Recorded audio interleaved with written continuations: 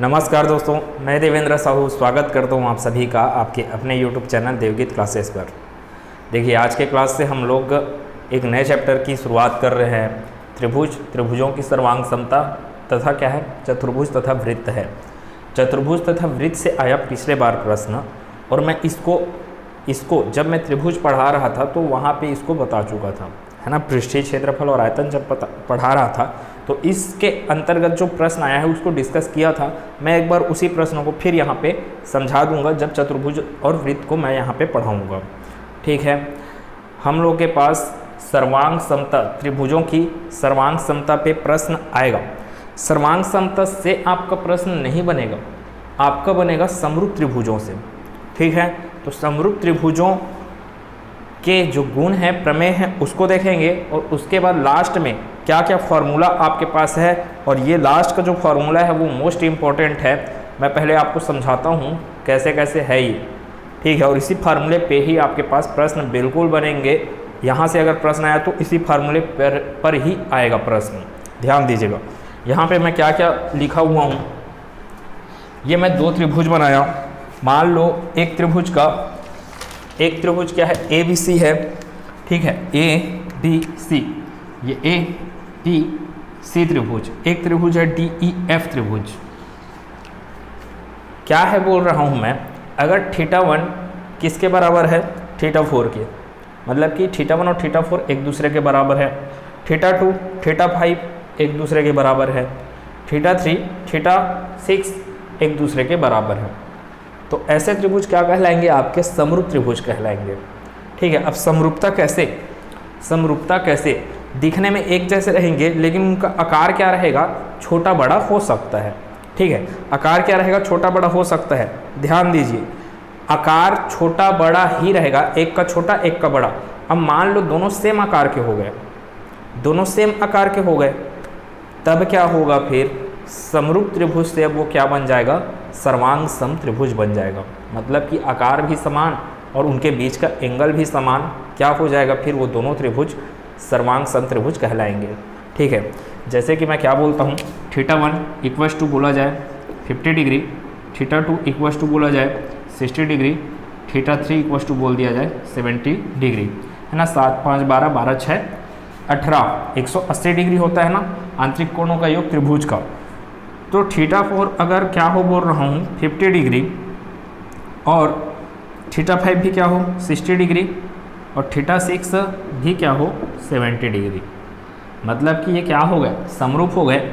अब समरूप बोलने का अर्थ ये नहीं है कि ये भुजा जितना लंबा होगा उतना ये होगा करके, ये भुजा जितना लंबा होगा उतना ये होगा, ये बिल्कुल नहीं है।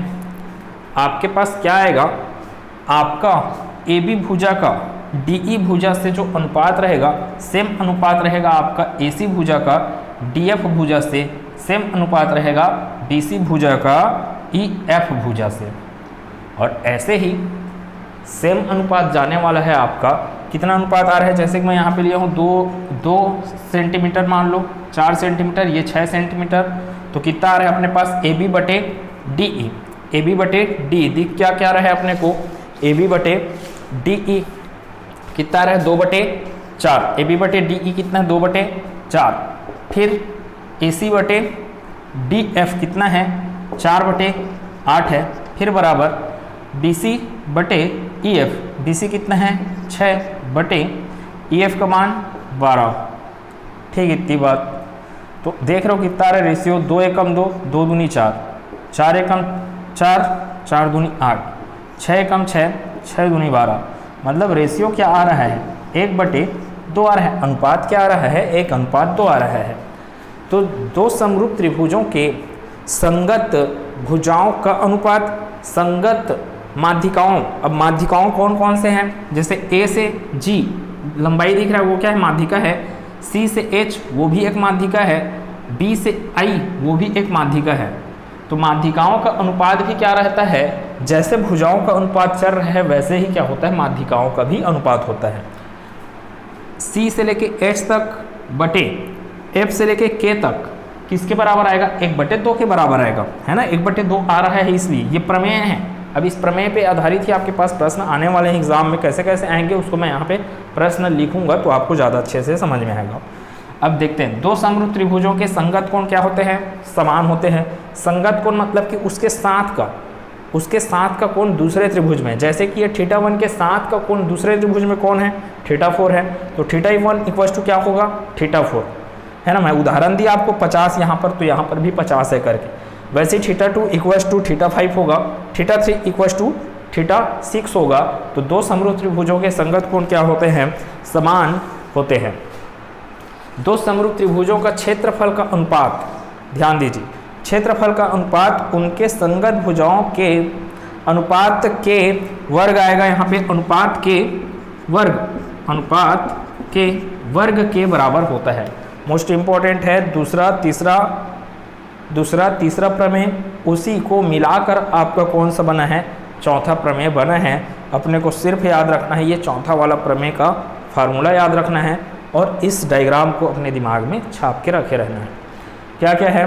दो समरूप त्रिभुजों के क्षेत्रफल का अनुपात उनके संगत भुजाओं के अनुपात के वर्ग, या फिर उल्टा, उनके भुजाओं के वर्ग के अनुपात के बराबर होता है। ठीक है, वर्ग के अनुपात किसके बोल रहा हूँ? भुजाओं के वर्ग के अनुपात बोल लो, चाहे भुजाओं का अनुपात का क्या वर्ग बोल लो, एक ही मतलब आएगा। जैसे त्रिभुज ABC का क्या एरिया, मतलब क्षेत्रफल, बटे त्रिभुज DEF का एरिया। त्रिभुज ABC का एरिया बटे त्रिभुज DEF का एरिया किसके बराबर होगा? AB स्क्वायर बटे DE स्क्वायर। आपको कौन कौन से भुजाओं का मान दिया गया है उस पर निर्भर करता है। फिर या तो फिर होगा AC square divided by DF square, या फिर होगा BC square divided by EF square, या फिर होगा HC square divided by KF square, या फिर AG square divided by DJ square, या फिर BI square divided by E, ये क्या लिखा है? EL, ठीक है, EL स्क्वायर, वही सब चीज़ तो लिखा मैं यहाँ पे। अब एक बात और, ये जो माध्यिका है, यही माध्यिका क्या है इसका? इस त्रिभुज का DJ जो माध्यिका दिख रहा है वही माध्यिका क्या है इसका? उसकी ऊंचाई है। तो AG का ऊंचाई को क्या बोल लूँगा मैं? H1 नाम दे दिया, इसको नाम दे दिया, DJ की ऊंचाई को H2 नाम दे दिया। मतलब और क्या चीज़ समझ में आए कि ऊंचाइयों के वर्ग के अनुपात या ऊंचाइयों के अनुपात का वर्ग, ये भी तो होगा। इसलिए देख लीजिए यहाँ पे क्या क्या लिखा है? AB square divided by AB square divided by DE square, BC square divided by EF square लिखा, CA square divided by FD square लिखा, AG square divided by DJ square लिखा हुआ है। और वही AG और DJ क्या है? इसके ऊंचाइयां हैं। AG क्या है? H1 है, DJ क्या है? H2 है। फिर तीसरे फार्मूले में चलते हैं। दो समरूप त्रिभुजों की संगत ऊंचाइयों का अनुपात, देखो संगत ऊंचाइयों का अनुपात उनके क्षेत्रफल, संगत ऊंचाइयों के वर्ग का अनुपात उनके क्षेत्रफल के अनुपात के बराबर अभी मिला आपको दूसरे फार्मूले से। अब एक और देखते हैं, ऊंचाइयों का अनुपात, ऊंचाइयों के वर्ग का अनुपात था दूसरे में, तीसरे वाले में ऊंचाइयों का अनुपात, ऊंचाइयों का अनुपात क्या होगा? संगत भुजाओं के अनुपात के बराबर होगा। जैसे H1 डिवाइडेड बाई H2, या फिर AG डिवाइडेड बाई DJ क्या हो जाएगा आपका? AB divided by DE। वही तो बोला जा रहा है इस तीसरे गुण से, तीसरे प्रमेय से। अब ये तीसरा प्रमेय जो है उसको मिलाकर आपको क्या मिलने वाला है? ध्यान दीजिएगा। दो समरूप त्रिभुजों के परिमाप का अनुपात, देखो यहाँ से मैं आपको बताता हूँ पहले फिलहाल। AG डिवाइडेड बाई DJ कितना मिला है? AB divided by DE, BC divided by EF, CA divided by FD। अगर मैं AG को स्क्वायर करूँ तो DJ को भी क्या करना पड़ेगा? स्क्वायर। अब ये बराबर के उस तरफ भी तो हैं, तो AB भी क्या हो जाएगा? स्क्वायर बन जाएगा, DE भी क्या बन जाएगा? स्क्वायर बन जाएगा। तो कैसे लिखा जा सकता है? AG स्क्वायर बटे DJ square equals to AB square बटे DE square equals to BC square बटे EF square equals to CA बटे FD, CA स्क्वायर बटे FD स्क्वायर। ठीक, इतना बात। अब यहाँ पर सभी स्क्वायर के फॉर्म में आ गए हैं। आप अब भी क्या यहाँ पे निकाल के रखे हो? ये AB square BC square, CA square, FD square, ठीक है, यही चीज़ AG स्क्वायर बटे DJ स्क्वायर।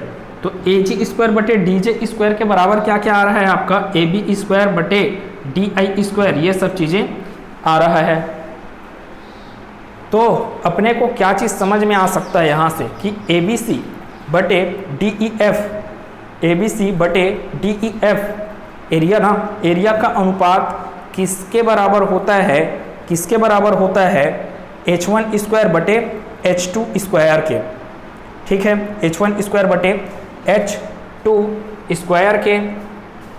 तो यहाँ पे आया त्रिभुज ABC का क्या चीज़ है, त्रिभुज ABC का पेरीमीटर आपको निकालना है। पेरीमीटर मतलब कि परिमाप निकालना है। तब कैसे कैसे होगा ध्यान दीजिएगा। ABC का परिमाप निकालना है आपको बटे अनुपात, उसका अनुपात किसका क्या करना है, DEF का अनुपात करना है, किसका, परिमाप का। तब आपके पास फार्मूला क्या बनने वाला है, फिर संगत भुजाओं के अनुपात और संगत माध्यिकाओं के अनुपात के बराबर होता है क्या चीज़, त्रिभुज के परिमाप का अनुपात।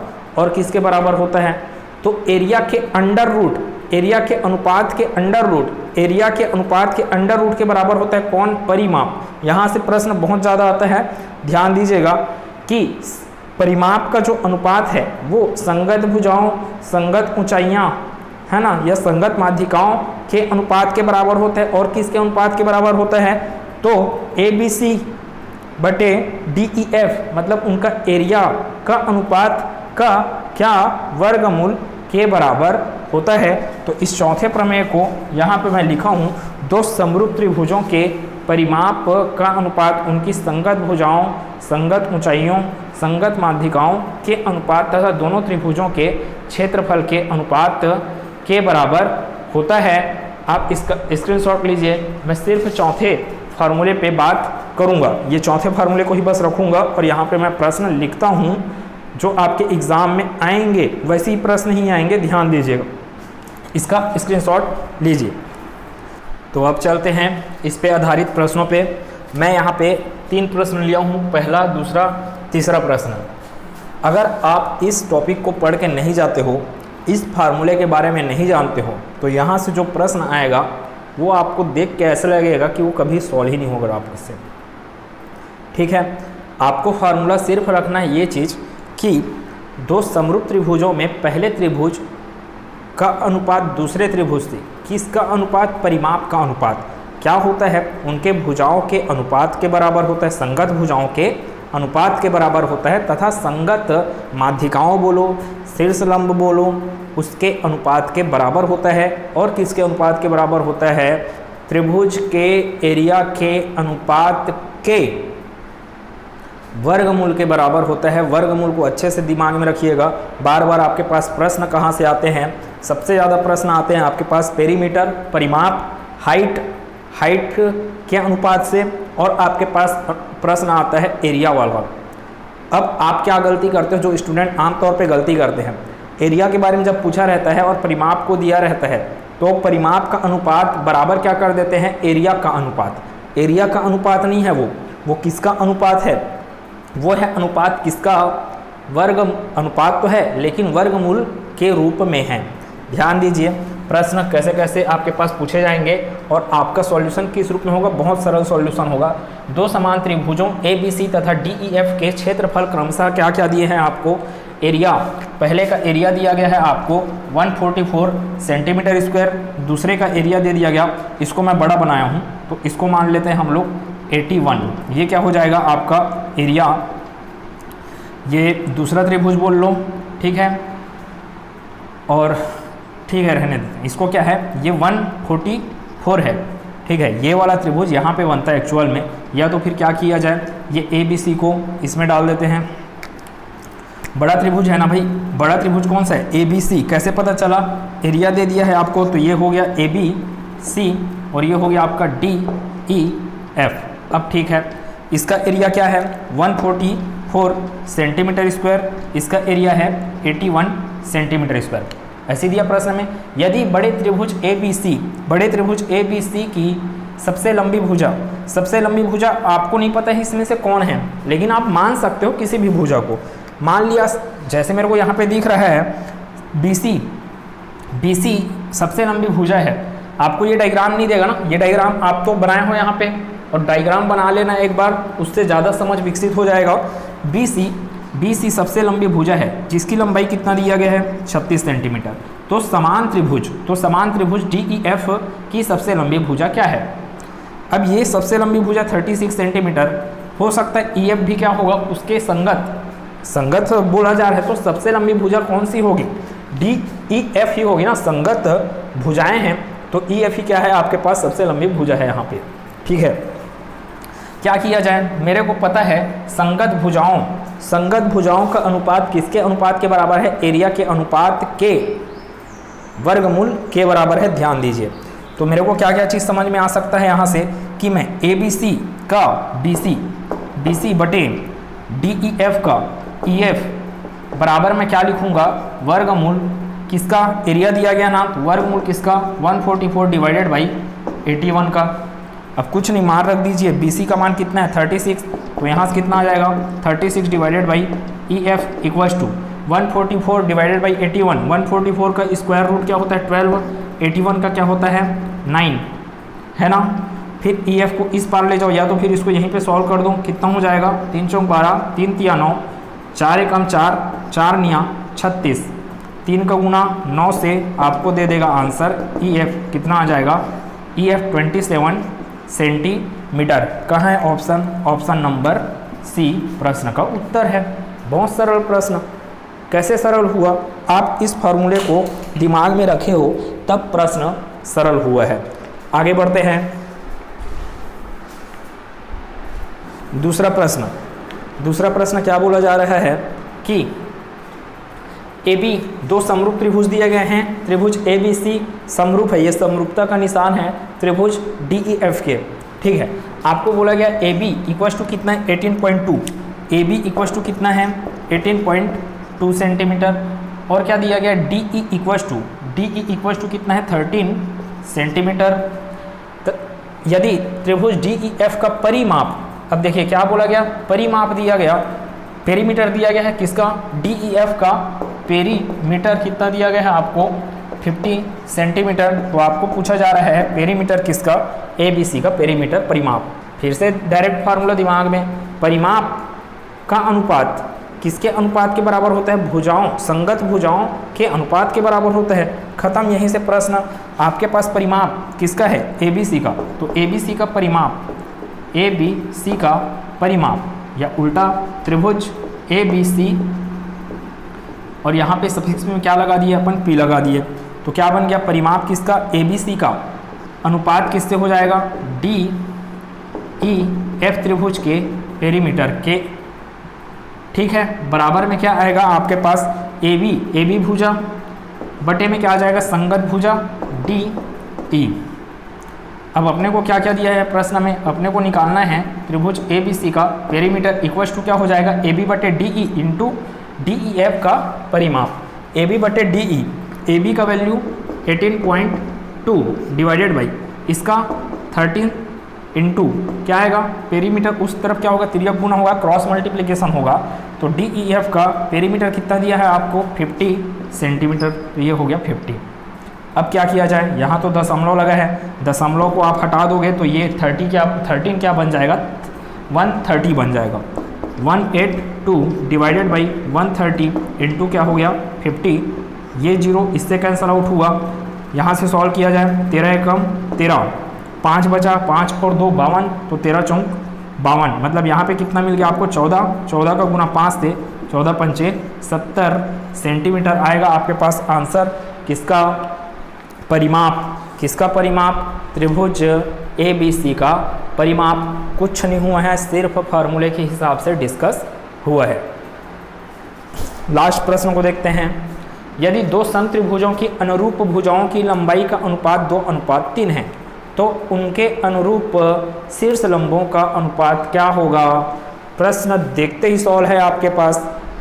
आप पढ़े हो ना इस फार्मूले में कि संगत भुजाओं का अनुपात भी किसके बराबर होता है? शीर्ष लंबों के अनुपात के बराबर होता है। प्रश्न यहीं से खत्म।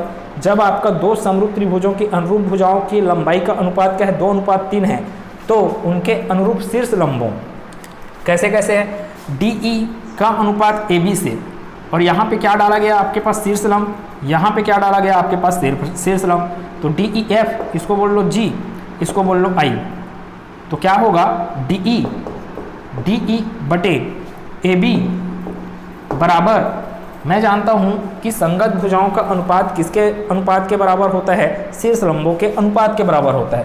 तो यहाँ पे क्या आ जाएगा DE बटे AB, ठीक है। जब DE बटे AB का मान कितना दिया गया है आपको, 2:3, तो ये क्या है 2:3, ठीक इसके बराबर आ जाएगा DE अनुपात AB के।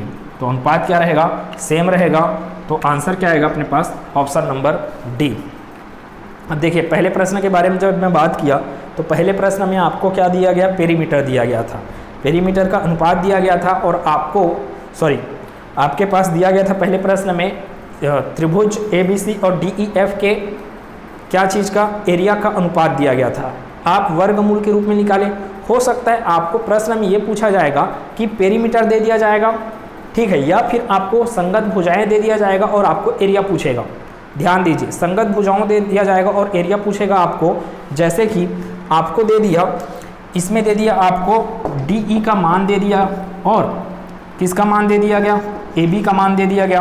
तो DE बटे AB बराबर क्या होता है आपका, 3 चीज़ दे दिया ना, ABC का एरिया, AB का मान, DE का मान। अब आपको प्रश्न हम बोलेगा कि DEF का एरिया निकालिए करके, तो मेरे को पता है कि DE बटे AB बराबर क्या होगा, एरिया किसका, ABC, यहाँ पे DE बोले हो तो इधर क्या आएगा, एरिया किसका, DEF का, ऊपर में बटे में क्या आ जाएगा, एरिया किसका, ABC का। अब आपको ये बोला जा रहा है कि ABC का तो एरिया दिया है, किसका निकालना है, DEF का। तो यहाँ पे DE, ये टोपी तो हटाना पड़ेगा ना, तभी तो आप निकाल पाओगे एरिया DEF का। टोपी को हटाओगे तो इसके ऊपर में क्या लग जाएगा, वर्ग लग जाएगा, और ये टोपी यहाँ से फिर हट जाएगा। DE बटे AB का जो मान दिया रहेगा उसका स्क्वायर करिएगा, गुना करके क्या करना है आपको, पहले त्रिभुज ABC के एरिया को आप गुना कर दोगे तो आपको मिल जाएगा सेकेंड त्रिभुज का एरिया मिल जाएगा, ठीक है। तो इसी पे ही आधारित आपके पास प्रश्न आएंगे। अगर इस टॉपिक से प्रश्न आता है तो कुछ नहीं करना है, सिर्फ ये चौथे वाले फार्मूले को अपने को दिमाग में रखे रहना है। पहला, दूसरा, तीसरा जो मैं लिखा था प्रमेय, वो तीनों प्रमेय को मिला के, खासकर दूसरा और तीसरा प्रमेय को मिला के ही आपके पास ये चौथा प्रमेय विकसित होता है। तो उम्मीद है ये पूरा समझ में आया होगा। बहुत सरल टॉपिक था, चतुर्भुज तथा वृत्त पे आधारित प्रश्न अगले क्लास में कवर करेंगे। क्लास अच्छा लगा तो वीडियो को लाइक कीजिए, ज़्यादा से ज़्यादा इसको शेयर कीजिएगा। चैनल सब्सक्राइब नहीं किए तो सब्सक्राइब कर दीजिएगा। मिलते हैं अगले क्लास में। खुश रहिए, मस्त रहिए, चिंता मुक्त होकर पढ़ते रहिए। धन्यवाद।